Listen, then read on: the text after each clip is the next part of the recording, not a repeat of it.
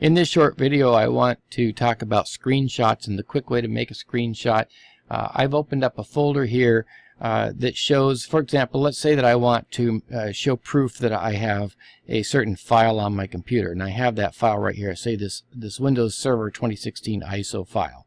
What I'm going to do is open the Snipping Tool. So I'll just click the Start button and start typing Snip, and here's the Snipping Tool. It's on every Windows 7, Windows 8, Windows 10 computer. So I'll click Snipping Tool. This little guy shows up.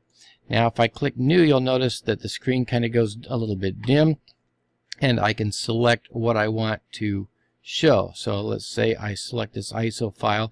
By the way, the pen tool even comes up, and if I want, I can even mark it like this if I want to. This is now on the clipboard. So for example, I could go to a Word document and I could paste it, and there's a picture of it.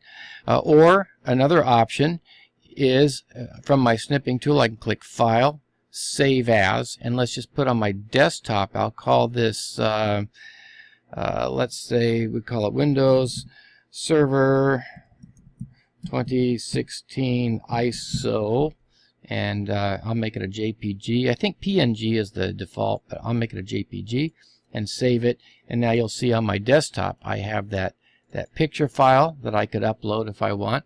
One other little thing about Snipping Tool, which is interesting, is that there is a mode option here. And if I click, for example, Freeform Snip, and let's just open up my Word document again.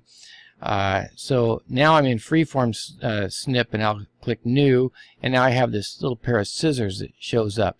Let's say I want just the, let's see, design, and maybe the first part of this, and I can do whatever I want here.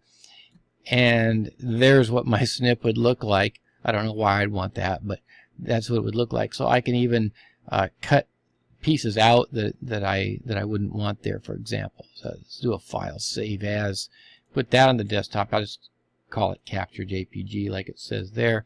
And when we look at it, you'll see that I have that exact snip that I made. So there's some ways that you can do a quick screenshot.